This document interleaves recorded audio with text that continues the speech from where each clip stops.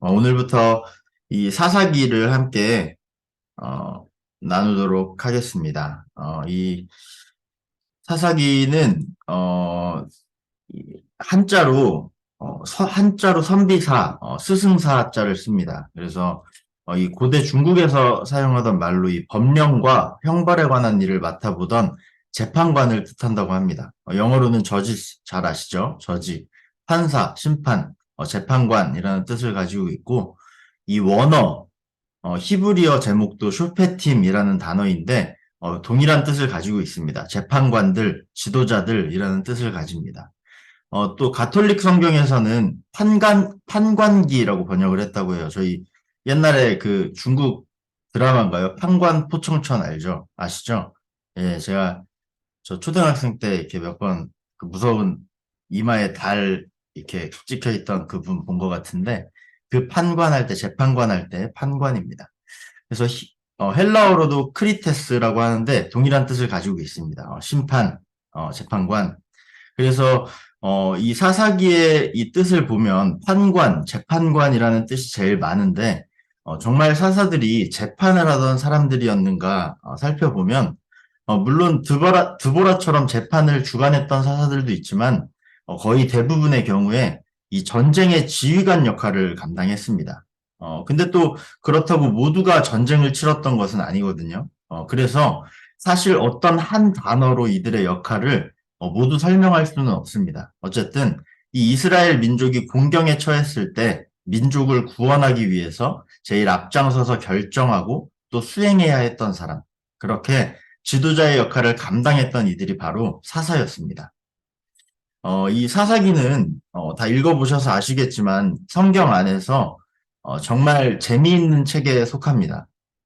어떤 성경은 딱딱한 율법에 대한 내용만 나오고 어떤 성경은 무서운 심판의 말씀 위주로 나옵니다. 물론 그 말씀들도 깊이 들어가 보면 그 안에는 하나님의 사랑과 긍휼, 또 오래 참으심, 또 큰 그림과 계획들이 그 안에 다 있지만 표면적인 내용들이 그렇다는 겁니다. 우리가 7월부터 계속해서 매일 새벽에 뭘 보고 있죠? 예레미야서 보고 있죠. 예레미야서 보면은 계속 무섭잖아요. 이 유다의 범죄와 그에 대한 하나님의 심판이 그 내용이 주를 이룹니다. 근데 이러한 책들에 반해서 사사기는 표면적인 내용부터가 흥미진진합니다. 위대한 영웅, 이 사사들의 이야기가 엮여져 있어서 꼭 영웅물 시리즈를 보는 것 같죠. 그래서 이 사사들의 이야기는 교회 학교를 다니셨다면 수없이 들어봤을 이 재미있는 이야기로 구성되어 있습니다. 저도 교회 학교에서 들었던 막 에훗, 드보라, 기드온, 삼손 이런 사사들의 이야기가 아직도 생각이 납니다. 근데 우리가 기억해야 할 것은 사사기는 사사들의 영웅담만을 모아놓은 책이 아니라는 것입니다. 성경이 위인전인가요? 아니죠. 아이들을 위한 위인전에는 그 인물의 장점과 배울 점들 위주로 기록을 합니다. 부족했던 부분들은 조금 덮어두고 긍정적인 삶 위주로 가르친다는 것이죠. 그러나 성경은 다릅니다. 우리가 구약 성경만 봐도 이 창세기부터 이어져 오는 위대한 믿음의 선조들이 많죠. 아브라함, 이삭, 야곱, 요셉, 모세 등등 쭉 이어져 옵니다. 그런데 이들은 우리와 같은 사람이었습니다. 성경에 등장하는 모든 인물들은 절대적인 하나님과 비교해서 너무나 부족하고 연약한 인간이었다는 것이죠. 성경은 위인전처럼 훌륭한 사람의 업적을 적은 책이 아니라 연약한 사람도 들어 사용하시는 위대하신 하나님을 알려주는 책입니다. 우리는 그 안에서 성경의 여러 인물들을 보면서 어떤 부분은 정면교사 삼고 어떤 부분은 반면교사 삼아야 됩니다. 사사기는 그러한 연약한 인간의 역사, 그러나 그 가운데서도 사랑으로 대하시며 돌이키기를 권고하시고 선한 길로 이끌어 주시는 하나님의 이끄심, 그 역사를 아주 잘 보여주는 그런 성경이라 할 수 있습니다. 그래서 우리가 오늘부터 이 사사기를 볼 때에 교회 학교에서 봤던 위대한 영웅의 이야기는 잠시 잊고 조금 더 냉정하게 그 시대와 사람들을 들여다보면 좋겠습니다. 그 중에서 오늘은 사사기를 열어가는 사사기 개관이라고 생각하시면 되겠습니다. 우리가 살펴볼 이 성경 사사기는 이름 자체가 사사기이기 때문에 사사들의 이야기가 가장 중요한 내용이라 생각할 수 있습니다. 그러나 사사들이 등장하지 않는 본문들도 사사들의 이야기만큼이나 중요합니다. 오히려 더 중요하다고도 할 수 있습니다. 사사기 전체를 놓고 봤을 때 사사들의 삶에 대한 기록은 3장부터 16장까지입니다. 3장부터 16장까지가 사사들의 이야기가 등장해요. 근데 사사기가 총 몇 장까지 있죠? 21장까지 있습니다. 그렇다면 1장, 2장과 마지막 17장부터 21장까지 총 7장은 3분의 1은 사사들의 일화를 다루지 않는다는 것입니다. 또 해석하기 나름이겠지만 모든 지도자들이 사사로 불린 것도 아닙니다. 온니엘과 에훗은 구원자로 불렸고 삼갈과 기드온은 사사나 구원자 그 어느 것으로도 불리지 않았습니다.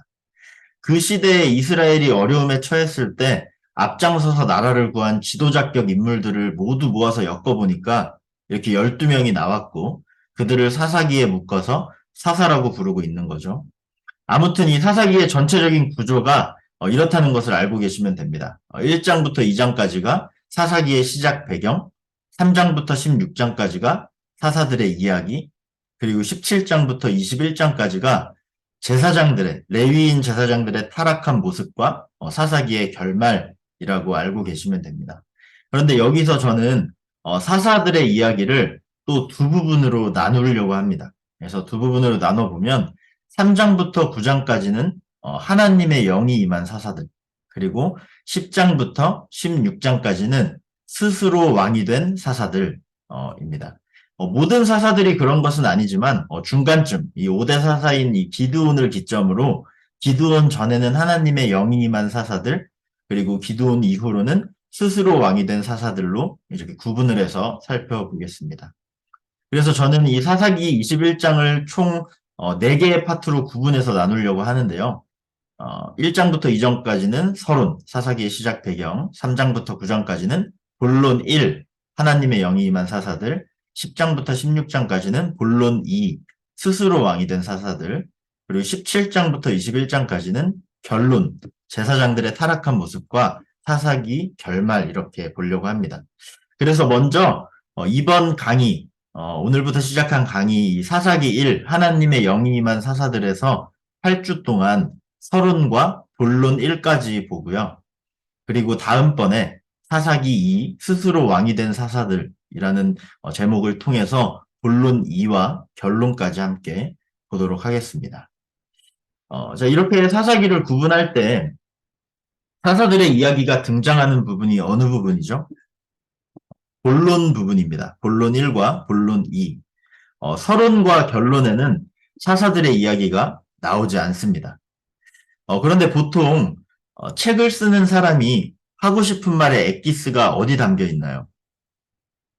본론에도 물론 다 내포되어 있지만 보통 서론과 결론에 하고 싶은 말이 담겨 있습니다. 그래서 우리가 잘 아는 사사기를 한 줄로 축약한 성경 구절, 이거 아시죠? 그때 이스라엘에 왕이 없으므로 사람이 각기 소견에 오른 대로 행하였더라. 이 말씀이 어디 있어요?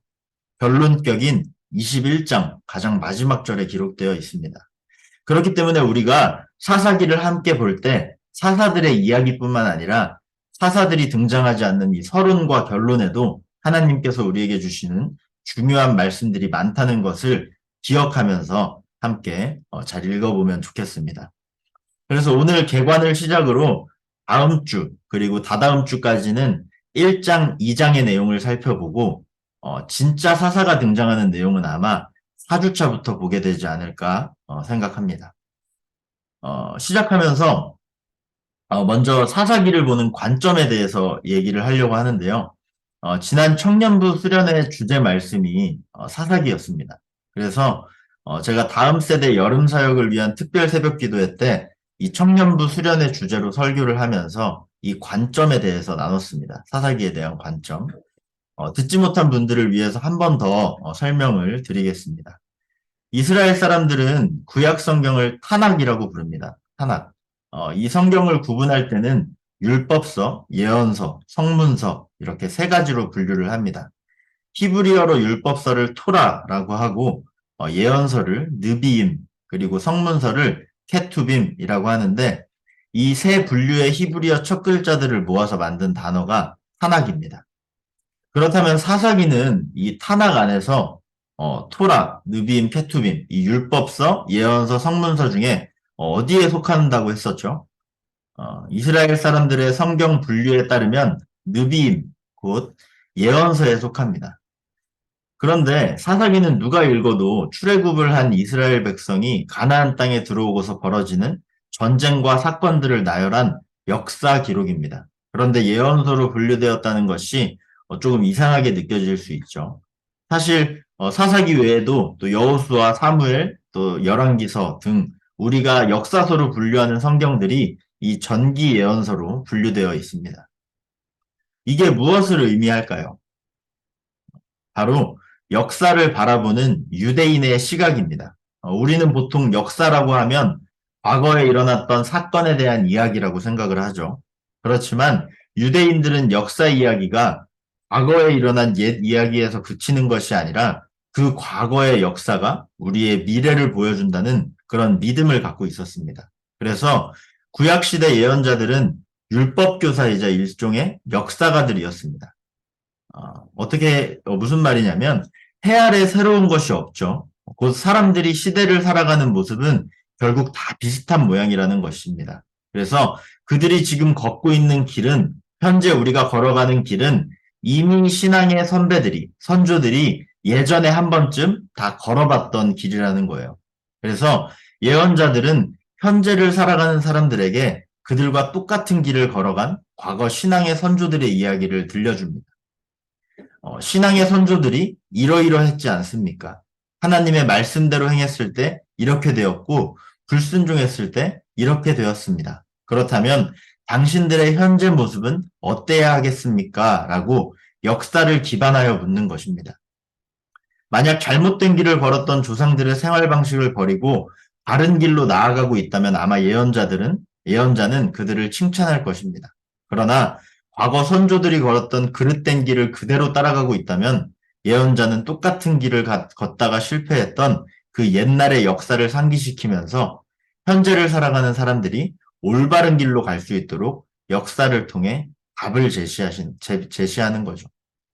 이렇게 구약시대 예언자는 하나님의 인도하심으로 이 땅 가운데 살아갔던 이 신앙의 선조들의 삶과 그들의 삶의 열매를 보면서 그 역사를 기준 삼아서 오늘 이제 어떻게 살아가야 할지 그리고 내일 걸어가야 할 하나님의 길을 가르쳐주는 사람들이었습니다. 간단히 말해서 예언자는 과거를 배움으로 오늘을 통찰하고 내일을 준비하게 하는 사람이었다라는 것입니다. 제가 MZ세대 얘기를 했었습니다. 요즘 젊은 세대들을 MZ세대라고 말하는데요. 발달된 현대 정보통신 기술에 최적화되어 있고 또 솔직하고 집단보다는 개인의 행복을 추구하고 미래보다는 현재를 추구하는 특징을 가지고 있는 것이 바로 MZ세대입니다. 워낙 코미디 프로 같은 곳에서 이 재미를 주기 위해서 이 MZ세대에 대한 과장된 풍자를 많이 하기도 하고 또 단체 생활에서 극단적 이기주의와 부적응을 보이는 몇몇 MZ세대들 때문에 이 MZ가 전반적으로 긍정보다는 부정에 가까운 인식이 많습니다.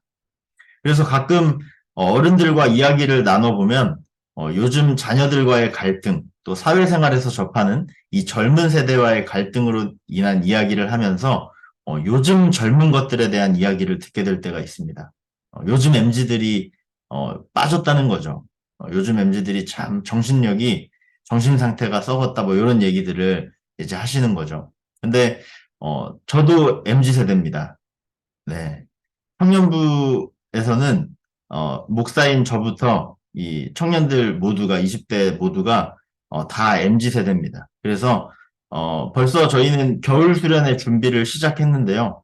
목사인 저를 포함해서 이렇게 다 MZ 세대이기 때문에 이 MZ 세대를 주제로 수련회를 기획하고 있습니다. 어쨌든 이 MZ 세대, 이 MZ들이 싫어하는 토크가 있죠. 라떼 토크입니다. 라떼는 말이야 이랬어. 라떼는 안 그랬는데 세상 정말 좋아졌다 이런 얘기들 많이 하시고 또 들어보셨잖아요. 그런데 저는 MG라고 했지만 저는 라떼토크 좋아합니다. 젊은 꼰대라고 말씀을 드렸죠. 젊꼰이라고. 근데 많은 사람들이 기피하는 이 라떼토크. 물론 자기 자랑과 무조건적인 비교, 비판을 위한 라떼토크는 당연히 걸러들어야 되지만 우리가 새겨들어야 할 라떼토크도 있다고 생각합니다. 과거와 현재를 비교해서 우리 삶에 도움이 되고 피가 되고 살이 될 수 있는 어른들의 진심 어린 충고는 우리가 새겨들어야 할 라떼토크죠. 그런 의미에서 이 사사기를 포함해서 이스라엘의 역사가 이 기록되어 있는 전기 예언서는 하나님의 라떼토크입니다. 하나님께서 말씀하시는 거죠.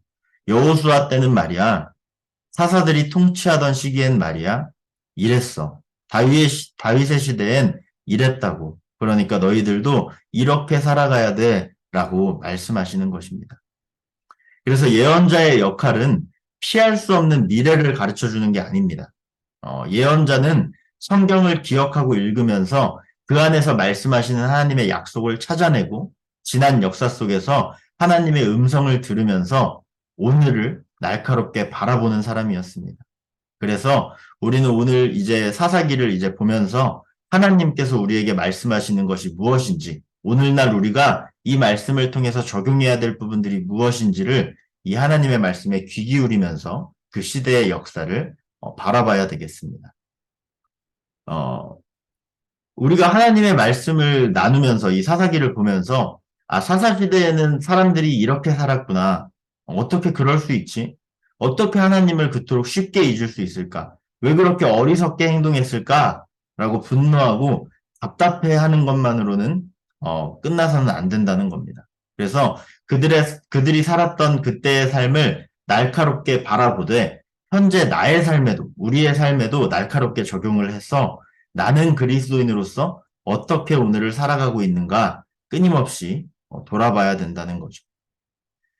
이스라엘 역사를 보면은 쭉 보면 답답하고 어리석을 때가 많지만 사실 돌아보면 우리의 삶도 그와 별반 다르지 않은 것이 사실입니다. 그래서 아까 잠깐 나눴던 이 사사기 21장 25절 이게 그 시대를 아주 짧고 굵게 또 정확하게 요약해주고 있잖아요. 그때 이스라엘의 왕이 없으므로 사람이 각기 자기 소견에 옳은 대로 행하였더라.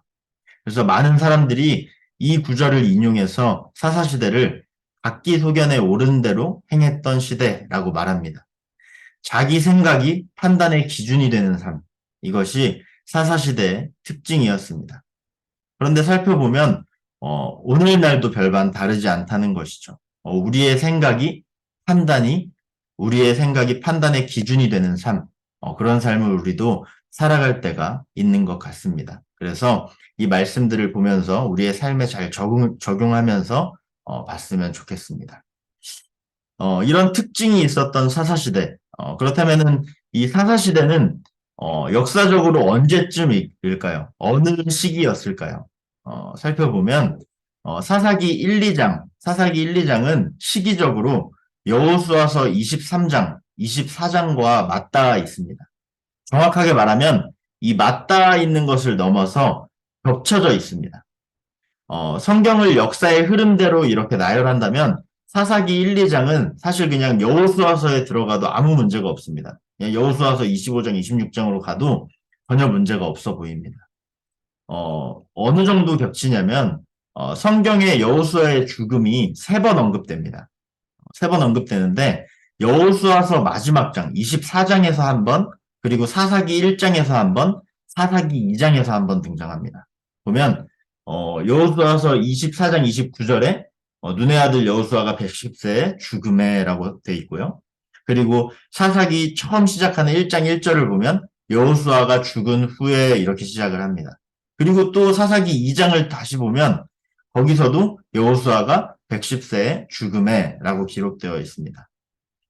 이 부분에 대해서는 저희가 다음 주, 다다음 주에 더 정확히 살펴보도록 할 거고요. 그렇다면은 여호수아서 24장에서 고별 설교를 하고 죽는 장면이 여호수아서에 다 기록되어 있는데 왜 사사기를 보면 다른 사사들 시대의 첫 출발을 알리는 과정에서 아직 여호수아가 죽지 않고 왜 여호수아의 죽음이 2번이나 더 1, 2장에 걸쳐 나오게 기록했을까? 보면 이 두 성경은 결국 이어지는 내용임을 강조한 겁니다. 여호수아서와 사사기서가 두 개의 나뉜 내용이 아니라 하나로 연결시켜 봐야 할 역사임을 알려주기 위해서라는 것이죠. 결국에 여호수아와 사사기는 하나로 연결된 역사라는 것입니다. 또한 이 여호수아의 죽음 자체가 그 시대 이스라엘에게 있어서 엄청난 기점이 됩니다.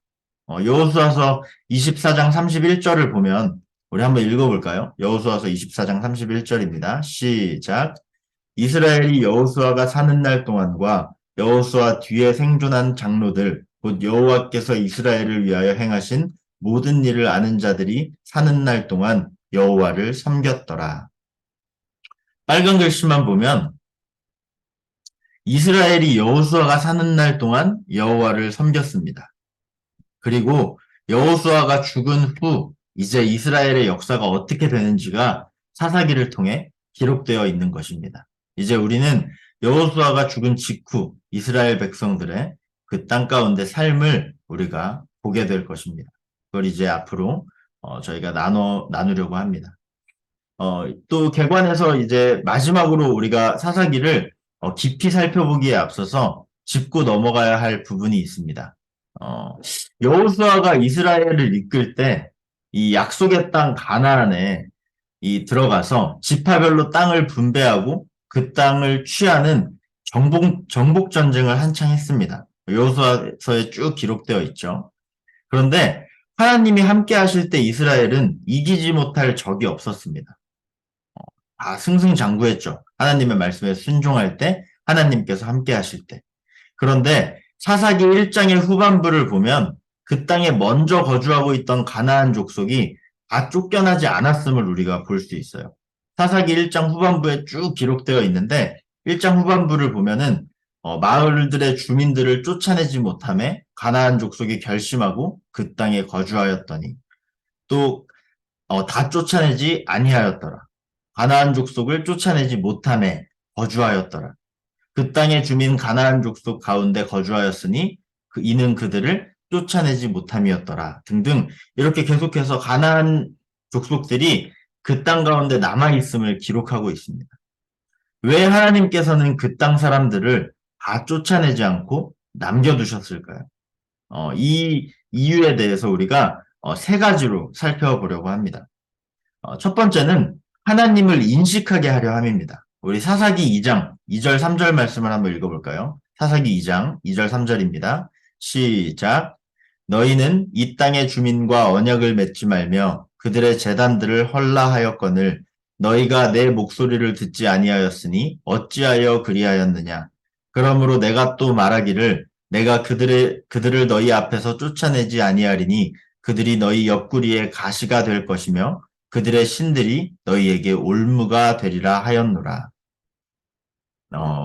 이 말씀을 보면 너희 앞에서 쫓아내지 아니하리니 그들이 너희 옆구리에 가시가 될 것이다 라고 말씀하십니다.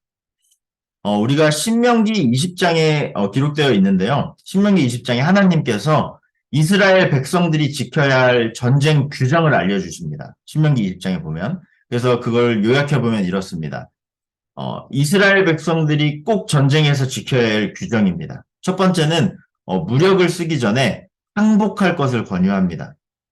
이렇게 화평하게 하는 거죠. 이제 쓸데없는 사륙을 멈추고 이제 평화롭게 들어가려는 것입니다. 무력을 쓰기 전에 먼저 항복할 것을 권유합니다. 그리고 둘째, 권유에 따라서 상대방이 항복하면 서로 화평을 이룹니다. 그리고 그냥 조공만 받는 것으로 마무리를 합니다. 그리고 세 번째, 만약에 권유를 했는데 항복하지 않으면 그때부터 본격적으로 전쟁이 시작되는 겁니다. 근데 전쟁을 하면 그 적군의 남자들은 다 죽이는 것이 원칙입니다. 전쟁 규정입니다. 그리고 네 번째, 이 전쟁 중에 여성과 아이와 가축들과 기타 모든 것은 다 전리품이 됩니다. 전쟁에서 승리한 취해야 할 전리품이 된다는 거죠. 이런 전쟁 규정을 하나님께서 주셨는데 이런 전쟁 기준을 주셨던 하나님께서 가나안 정복 전쟁에서는 전혀 다른 명령을 내리십니다. 히브리어로 헤렘이라고 부르는 진멸 전쟁입니다. 진멸 전쟁. 말 그대로 진멸이에요. 남녀노소를 구분하지 않고 모두 진멸하고 성읍의 모든 것을 하나도 남기지 말라 명령하신 진멸 전쟁입니다. 가나안 전쟁은 이렇게 하라고 말씀하셔요. 왜 그런 명령을 하셨을까요? 신명기의 전쟁 규정과 같이 전쟁에서 승리했을 때 그 땅의 모든 것은 전리품, 곧 이스라엘이 취하게 될 재산입니다. 이건 아주 중요한 겁니다. 전쟁에 나가는 이들의 입장에서는 전쟁에서 얻게 될 전리품이 최대 관심사 중 하나일 거예요. 그런데 전리품을 생각하지 말고 다 진멸하라는 것은 무슨 뜻일까? 전쟁에서 얻게 될 개인의 전리품에 주목할 것이 아니라 하나님께서 주실 약속의 땅에 주목하라는 것입니다. 더불어 그 땅의 주인, 모든 것의 주인은 오직 하나님이라는 사실을 기억하라는 말씀입니다. 그런데 이 명령을 어겼던 사람이 몇 명 있습니다. 우리가 이 구약 성경을 쭉 읽어보면 아시겠지만, 대표적인 인물이 후대에 등장하는 사울 왕입니다. 아시죠? 자신의 욕심대로 그리고 교만함으로 그는 하나님의 명령을 어기고 전리품을 취했습니다. 다 진멸하라고 했는데 쓸모 있어 보이는 것들은 다 가져왔습니다. 그 결과 하나님께서 사울을 버리셨죠. 또 한 사건이 있습니다. 여호수아 7장에 등장하는 아간 사건입니다. 성경에서는 이 아간으로 대표해서 인간의 사리사욕을 소개하고 있지만 사실 여러분들도 생각해 보시면 이 수많은 정복 전쟁을 치르면서 거치면서 이런 생각을 한 사람이 아간밖에 없었을까요? 사람이 그렇지가 않습니다. 우리도 그런 상황이라면 쓸모 있어 보이는 것들을 다 진멸하고 버리고 와야 되는 상황이라면 당연히 욕심이 좀 나지 않을까요? 이건 너무 아까운데? 이건 내가 가져가서 잘 쓸 수 있을 것 같은데? 이런 생각을 해볼 만한 상황이라 생각을 합니다. 하나님께서는 그런 인간의 연약함을 아시고 이스라엘 사람들에게 가시 하나를 박아두셨습니다. 다들 손가락에 가시 박힌 경험 있으시죠? 저도 이 어릴 때 초등학교 때는 학교 바닥이 이렇게 나무로 되어 있었는데 거기서 이제 공기놀이를 이렇게 하다 보면 손바닥으로 한번 싹 쓸면은 가끔 가시가 탁 박힐 때가 있습니다. 그러면 아주 작은 가시는 그렇게 아프지는 않습니다. 그런데 어딘가 닿을 때나 살짝 스칠 때 따끔거리면서 그것에 주목을 하게 됩니다. 엄청 신경 쓰이죠. 그런 것처럼 하나님께서는 가나안 땅의 사람들을 이스라엘 사람들 사이에 가시처럼 박아두셨습니다. 그래서 하나님을 인식하게 하신 것입니다. 그게 무엇을 알게 하려고 한 것이죠? 바로 하나님만이 그 땅의 주인이라는 사실을, 하나님의 말씀에 순종해야 함을 까먹지 않게 하기 위해서 이들을 남겨두셨다라는 것입니다. 두 번째는 현실 점검을 위해서입니다. 우리 사사기 2장 21절 22절을 함께 읽어보겠습니다. 사사기 2장 21절 22절입니다. 시작. 나도 여호수아가 죽을 때에 남겨둔 이방 민족들을 다시는 그들 앞에서 하나도 쫓아내지 아니하리니 이는 이스라엘이 그들의 조상들이 지킨 것 같이 나 여호와의 도를 지켜 행하나 아니하나 그들을 시험하려 함이니라 하시니라. 현실 점검, 즉 이스라엘을 시험하기 위해서 하나님께서는 그 땅의 사람들을 남겨두셨습니다. 시험의 의미를 잘 알고 계시죠? 하나님이 주시는 시험은, 하나님이 우리에게 허락하시는 시험은 우리를 나락으로 떨어뜨리기 위한 것이 아니라 우리의 신앙과 삶의 현주소를 깨닫고 성장하게 하기 위함입니다. 그 당시에 이스라엘 백성들에게도 이와 동일한 시험을 하나님께서 허락하셨다는 것입니다. 예를 들어서 만나와 메추라기 사건이 있습니다. 하나님께서 하늘에서 비같이 만나를 내려주심으로 이스라엘은 광야에서 굶주림을 해결할 수 있었습니다. 그런데 그 안에는 하나님의 시험도 있었습니다. 우리 화면에 출애굽기 16장 4절 말씀 읽어볼까요? 시작. 그때 여호와께서 모세에게 이르시되 보라 내가 너희를 위하여 하늘에서 양식을 비같이 내리리니 백성이 나가서 일용할 것을 날마다 거둘 것이라 이같이 하여 그들이 내 율법을 준행하나 아니하나 내가 시험하리라. 어려운 상황 속에서도 안식일을 잘 지키는가에 대한 시험입니다. 하나님께서는 안식일에 만나가 내리지 않을 것임을 미리 이스라엘 백성에게 알려주셨습니다. 그런데도 어땠죠? 안식일에 만나를 주우러 나간 사람들이 있었다는 겁니다. 만나를 주시는 은혜 속에서도 하나님께서는 출애굽한 이스라엘 백성들이 하나님이 명령하신 안식일을 잘 지키는지 안 지키는지를 시험하시고 그렇지 못한 이들을 꾸짖으셨습니다. 이처럼 하나님이 우리를 시험하시는 이유는 우리를 너 시험 떨어졌으니까 탈락 이렇게 탈락시키려고 하시는 것이 아님을 우리가 기억해야 됩니다. 시험의 목적은 현실 점검입니다. 지금 우리가 살아가는 이 우리의 걸음, 신앙의 여정이 하나님이 인도하시는 길인가를 점검해야 한다는 것이죠. 그래서 사사기에서도 마찬가지입니다. 22절 이렇게 글씨, 색깔 글씨를 보면 지켜 행하나 아니하나 그들을 시험하려 함이라 하나님께서 말씀하십니다. 그들이 하나님의 말씀에 순종하며 나아가고 있는지 현실 점검을 하기 위해서 하나님은 가나안 사람들을 남겨두셨습니다.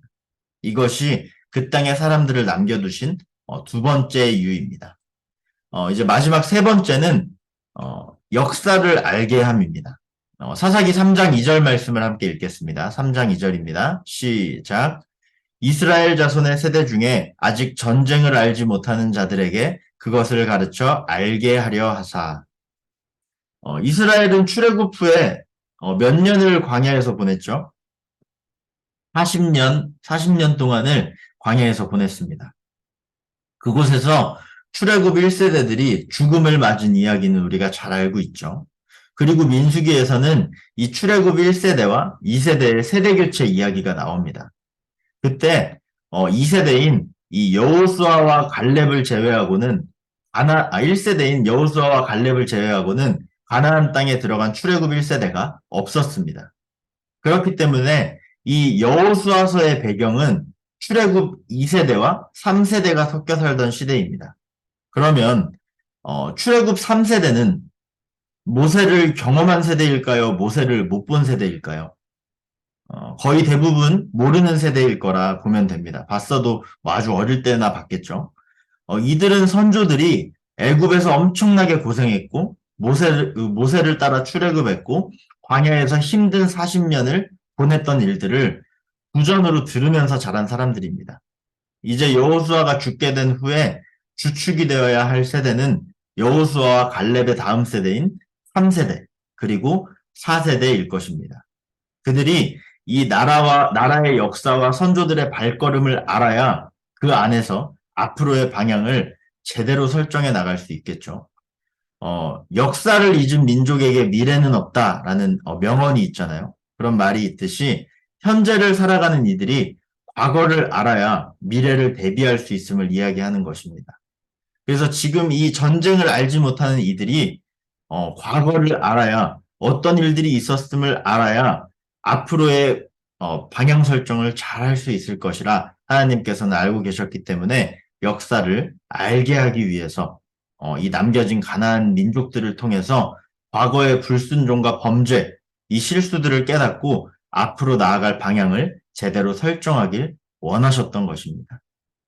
우리가 성경을 보는 것도 마찬가지겠죠. 이 사사기를 함께 보면서 역사를 알아가는 것이 중요한 것은 그냥 지식이 늘어가는 것이 아니라 예전에 이런 일이 있었고 신앙의 선조들이 이런 실수들이 있었기 때문에 우리는 그런 실수들을 반복하지 말아야겠다. 벗어나야겠다. 또는 신앙의 선조들이 이러이러한 모범적인 일을 했으니 이러이러한 모범적인 신앙의 길을 걸어갔으니 우리 또한 이러한 길을 잘 걸어가야겠다. 그런 하나님을 잘 믿는 하나님의 백성이 되어야겠다.